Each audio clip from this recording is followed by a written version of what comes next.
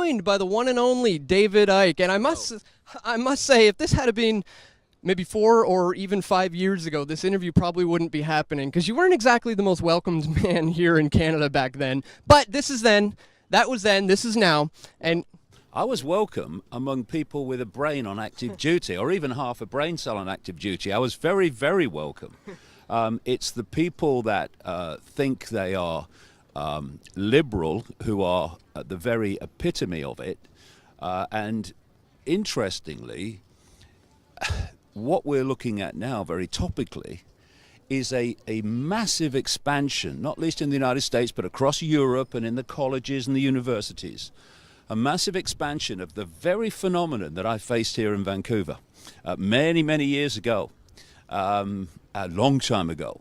And it's the phenomenon of, it's a mind game. Of course, apart from the few that are knowingly doing it, all these so-called progressive non-liberals that want to destroy freedom of speech, they're completely clueless and so self-obsessed and so narcissistic that they can't see that they're being used to destroy what they claim to stand for. Because what we're seeing now more and more, and like I say, it's just a massive expansion of what I faced here in Vancouver those years ago, is the use of the front called anti-fascism to act in blatantly fascistic ways to destroy freedom of speech. Yes. What I find interesting, because it's all a mind game, it's all a psychological game, is if you look what happened in Charlottesville, you had violence on both sides. Because it's my view that when you have extremes like so-called left and right, if you go far enough to the left and far enough to the right, you actually meet them both on the same ground because they're the same mentality, using a different label. So you add, of course, violence on both sides. If you notice that Donald Trump, who I have no brief for or support for whatsoever, but to be fair, when he said actually many sides were involved, he was absolutely jumped upon by the media and the progressives who said you can't say that. And even the British Prime Minister, Theresa May, came out and said you cannot equate anti-fascists with fascists. Well, if they both act the same, yes, you bloody can. And this is the mind game. The so-called far right in America are being tagged with campaigning for freedom of speech. The progressives and these violent thugs called Antifa are being equated with anti-hate. This is all a mind game. This is the mind game where they tag words and phrases to each other. So you do word association. You say one, you perceive the other. So what they're doing is tagging protest for freedom of speech to the far right and so-called white supremacists, so that anyone, and you, I'm sure, will have experienced this yourself among the progressive boys and girls, and I say boys and girls literally because they have not yet entered adulthood. The progressive boys and girls in Vancouver, you will, I'm sure, have faced the same thing. It means that anyone who is as far like me from the far right as you can imagine are still tagged with far right. Why? Because we're demanding freedom of speech. You know, oh, you're far right then. Because these people, you know, they are so deep in the program of idiocy. They have no capacity for free thought. So their leaders, like these Antifa leaders, and I've never seen one of them that could string two words together made any sense. But these Antifa leaders, they say something, and you know, and because they've got no capacity for free thought to say, well, hold on a minute, you know, we're anti-hate, right? Yeah. So So why do we act in such a hateful way? Why do we have hate on our faces when we're campaigning? I thought we were anti-hate. Oh, and we're pro-diversity, right? Well, yeah, we are. Well, why are we destroying it by saying you can speak but you can't? You know, we're dealing with a deep psychological program, collective program, that is turning people who perceive themselves as liberal, when that's the last thing they are,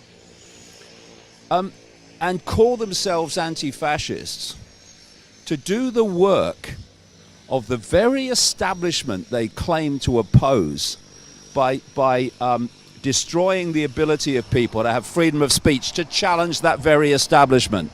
It's a joke, and we need to address this, because this Antifa operation is a proxy army by the elite and the establishment to destroy freedom of speech and destroy the ability to expose that elite and that establishment. Now, as far as this false left-right paradigm goes, which I've learned a great deal about from you over the years, it seems that the oligarchy are using this divide and conquer tactic, and I want to get your views on what exactly does the conquer part entail? What is the end game for them when it comes to dividing people? Because I thought it was all about unity. They want a one world government, a one world religion, a one world cash system. So is the conquer part unity under their rule, or how do you see them conquering people by dividing them? Oh, well, because if you take the situation that I've just described, they're using this Antifa, this black bloc, this progressive self-deception to destroy the ability of anyone that does not think like they do, and it doesn't take much expansion of consciousness to think beyond where they do. Anyone that doesn't think like they do is to be silenced. And what this is doing, think George Orwell, think newspeak, the control of the language, so lots and lots of words where you could actually express your thoughts and express your opinions were destroyed and taken out and replaced by newspeak being words that basically didn't say anything. Now, I've just described political correctness. Now let's look at who polices political correctness. The same people I'm talking about, the Antifa stroke progressive fascistic networks around the world.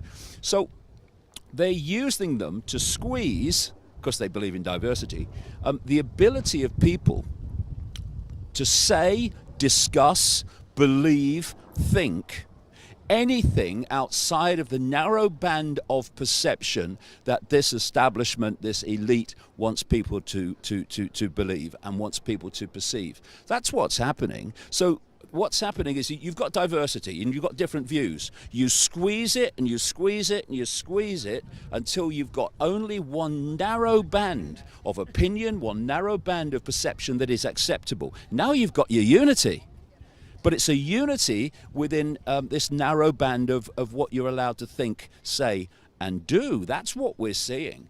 And people outside of that, who are challenging that, some of them may be of what you call the far right, vast numbers of them absolutely nothing of the kind, who are saying, hold on a minute, the world's being taken over by political correctness. We can't say anything anymore, and soon it will be think because of the technology they have. They have to be demonized, which is why I said earlier they're equating far right with demands for freedom of speech. Oh, we should have freedom of speech. Oh, you're far right, yeah. This is what they're doing, and we need to stand up to it and not accept it, because if we go on accepting it, then there'll be no freedom left in this world in a very, very short time. This is not sometime over the rainbow, eventually, when my grandchildren are old men and women. No, this is now it's happening. We're talking a few years hence that this will come in, unless some more people grow a backbone. Well, on that note, solution-wise, where do we need to go from here? How can people break free from this conditioning, essentially, and not be subjected to this false left-right paradigm? What are the ways to break free from this control? Well, they have to get informed for a start.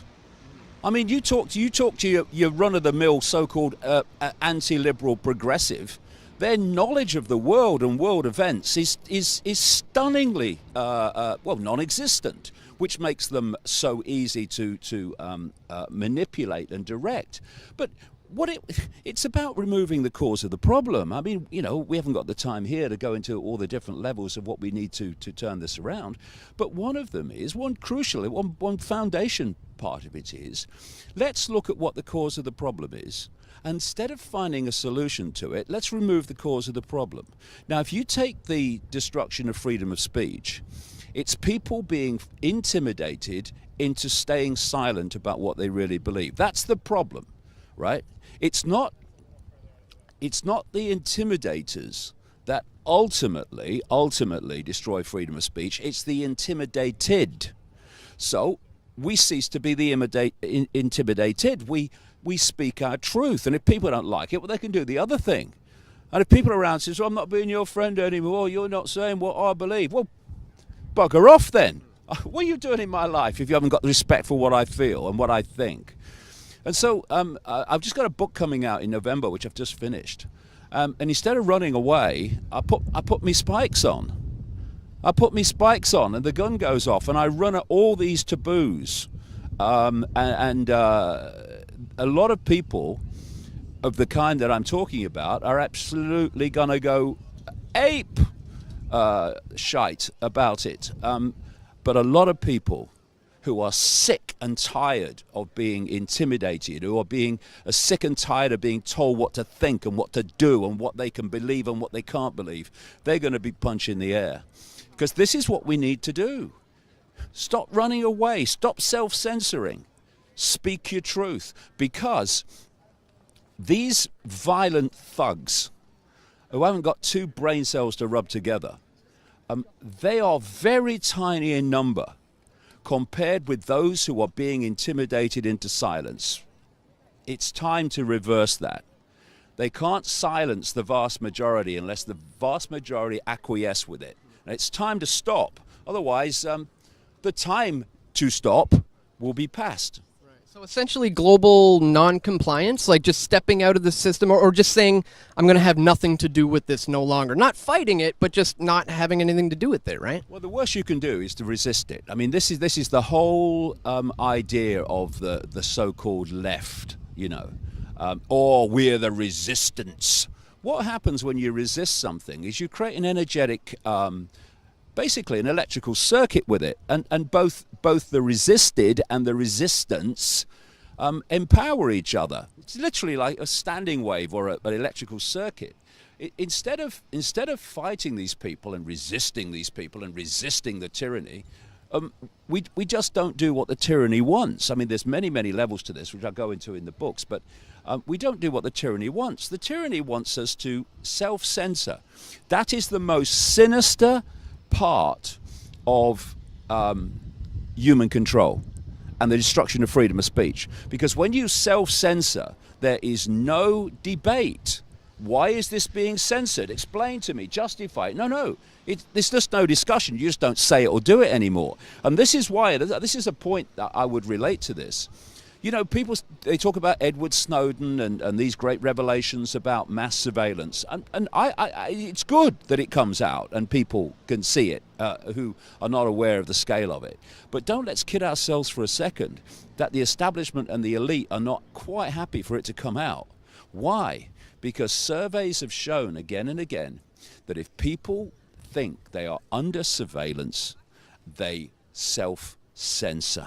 So it's all part of the mind game. We have to get streetwise to the mind game, because that's what it is in the end. The number of people that are directing where this world is going is a tiny number compared with the 7.5 billion currently are being directed and manipulated. They can't do it physically. They've got to do it by hijacking the perceptions of the target population, and one of the perceptions is, oh, I better not say anything. What's going to happen? Well, I'll tell you what, if you don't say anything, what's going to happen? You ain't going to be able to say anything at all outside of that narrow band of acceptability. I mean, look at George Orwell, 1984. Look at Aldous Huxley, Brave New World. They were not coming purely from their imagination. They knew each other. I mean, Huxley taught Orwell French at the elite Eton College in Britain, where the royal children go. They were coming from an understanding of what this projected agenda was. And you look at 1984 and what's happening now with, in 1984, the party ruled. No one could say anything that criticized the party. We're in it. We're living it. Look at it. But these progressives are so obsessed with their own self-purity, so obsessed with their look at my heart on my sleeve, ain't it nice? Look. No, it's not nice. I'll tell you why it's not nice, because while you are being self-obsessed about your own self-purity, you are destroying the freedom of speech for everyone else. And I, for one, am not frickin' having it. And they don't seem to even be capable of actually having a rational discussion about things without just descending into violence. Listen, if you have no case to defend, and you know that 3 questions into any debate, your jaw is going to be open and your capacity to respond is going to be long past, are you going to debate with people? No, these people don't want to debate. People who've tried to stop my events, take my freedom of speech away, have been given the opportunity to debate with me on the radio. They all refuse, because they have no foundation for what they are doing, because what they are doing is the opposite of what they claim to be doing. You can take that apart in no time. So they don't want to debate. It's the last thing they want to do. Because this is the point. As I've been saying a lot recently, we live in a post-fact society. It's not about fact anymore. And what is debate about? It's about debating fact. Proper rational debates about debating fact. This is not about fact anymore. This is the post-fact society. It's about slogans, it's about violence, and it's about intimidation. Facts don't matter. It doesn't matter if what you're saying can be justified and supported by endless facts. They're not interested. If it's not what they think or what they want other people to think, then they'll just try to shut you down, even though the facts speak for themselves. Well, just like in 1984, they tried to memory hole the facts, and we need to counter that by putting out our own versions of, call it propaganda if you want. We got to counter the propaganda, and books is a great way to do that. Where people who are just learning about this now, tell us about where they can get your new book to counter this information if you want to learn how to properly debate these people. Well, I'll tell you what, it does counter their information, and it does it with facts. It's coming out in November. It will come out in England first, and then it will be in Canada. You'll be able to get it through my website immediately. It comes out in November rather. It's being printed in October. It's called Everything You Need to Know But Have Never Been Told. And it's going to cause a storm. It's going to get me a lot of abuse from those that don't like freedom of speech and don't like facts. And I'm looking forward to it. I'm really looking forward to it. I'm not, what's going to happen? I'm looking forward to it. Bring it on, because, like I say, we have got to start running at this and not run away. And the thing you said there about the memory hole, if you look at what's happening on the internet now, which the internet has come from military technology. It's come out of an organization, one of the most sinister, if not the most sinister on earth, called DARPA, the Technological Development Arm of the Pentagon. And it's gradually, and then ever more quickly, taken control of the flow of information through the search engines like Google and through social media like Facebook, both ultimately controlled by the same force. And what is happening now is things like Facebook are censoring information, and doing it now openly. We're censoring things like so-called conspiracy theories, which invariably turn out to be true. So have Google and YouTube, a YouTube owned by Google. and they are now losing information that they don't want the public to see from the search engine. It's still there, but you can't find it. This is the memory hole.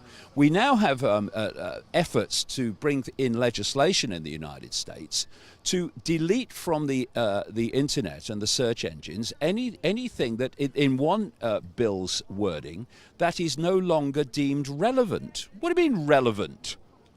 So someone who died 100 years ago and there was an autobiography about him, well, he's dead now. I mean, it's no longer relevant. Get rid of it. This is the extremes to which we have reached.